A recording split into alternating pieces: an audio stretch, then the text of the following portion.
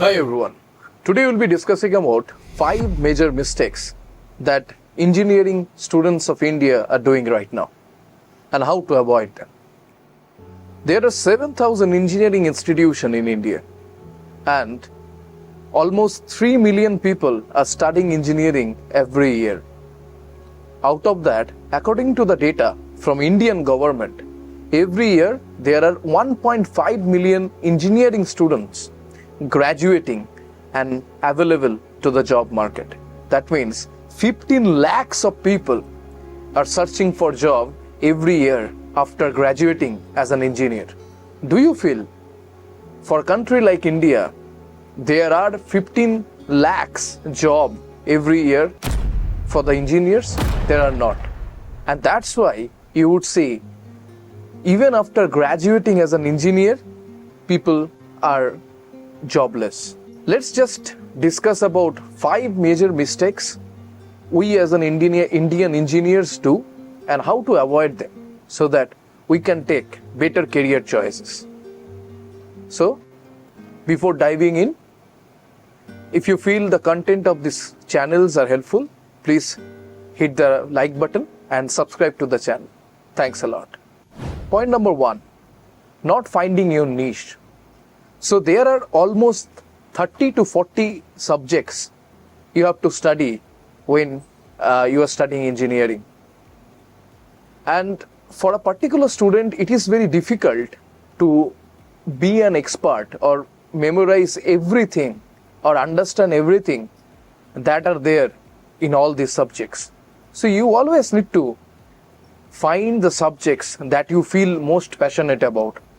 Subjects that where you want to build your career, and that's where you need to start studying more and more so that you gain knowledges not just for your exams but the knowledges which are important to the industry.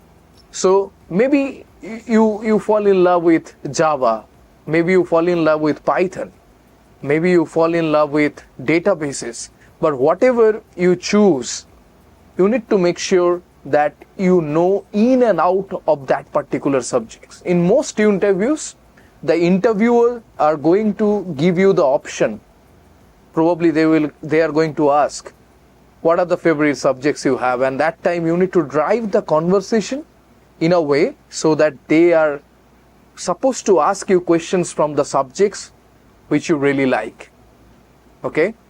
And you need to build this niche once you start your second year of engineering or your third sem.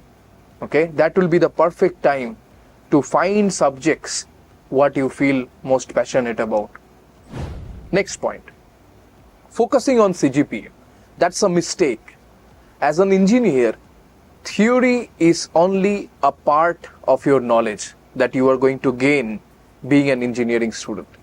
Engineering is all about learning practical, implementable, interpretable skills. If you are not focusing on practical skills and applications, you are practically useless to the industry after you are graduate. So, do not focus too much on CGPA. A decent CGPA is required to probably support your campus interviews so that you are eligible for the interviews, but make sure that you are not focusing too much on CGPA. I've seen many people get 9 point CGPA, 9.5 CGPA and they fail in the job interviews just because they do not have the application mind. They do not know how to practically implement those theories. If you do not know how to implement the theory, what are the application of the theory, that knowledge is useless as an engineer. Point 3. Stay up to date with the industry. So once you find your niche, once you find your 3-4 subjects that you are really interested about, remember, this could be only one subject. It depends on the person to person. If you are completely dedicated, for an example, one student really love whatever is happening in AI, but you need to make sure that you know absolutely everything about AI. You need to start from machine learning till deep learning, whatever happening in the industry of reinforcement learning, generative AI, everything you need to know You need to be a full package when you are going to sit for the interview.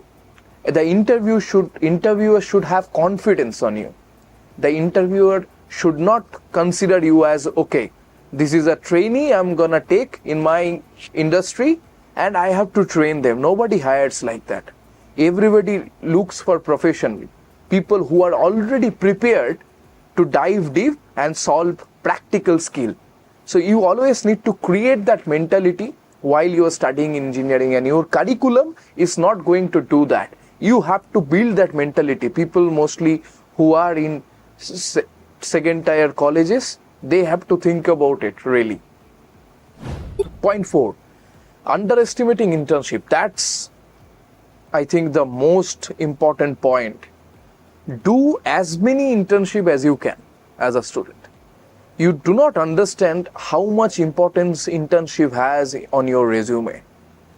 You can go to academic internship, probably some research lab and all. You can go to industry, do whatever you want, but make sure that you are taking each and every possibility of getting an internship. Because the internship is the first step where you interact with the industrial people, the people who are working professional, and you first get to know what is the lifestyle of these working professionals, what are they doing day in day out, how they have a problem solving mind, how they are working. You can network with them, and in most companies, if you do good as an intern, you will always have a chance of getting a full-time job if the company is good. So always there are summer, winter internship opportunities. Make sure you are looking for it, and during your semester break, every semester break, you should be building your resume, you should be getting more and more practical experiences. Focus on that. And the last point, point 5, dream job. Just tell me, how many of you thought about it, that once I become an engineer, I'm gonna have a dream job and it will solve all my problems. It will just be dream come true. But let me tell you, there are only few people, actually the number is only 5% or less than 5% people who get dream job fresh out of the college. But does that mean you will never going to get your dream job? No. First thing, do not reject your first job. If you do not have a job in your hand as an engineer, you should never quit. If you start a job, and just because the job probably is not paying you the salary of your expectation, or maybe you are in a different state and it's very hard to live your life there, do not quit. That's a mistake. Take the job. If you want to prepare for the government job, if you want to go for another private job, all these things you can do while doing a full-time job. If you do not have a job, don't quit. The dream job is only a product of your hard work.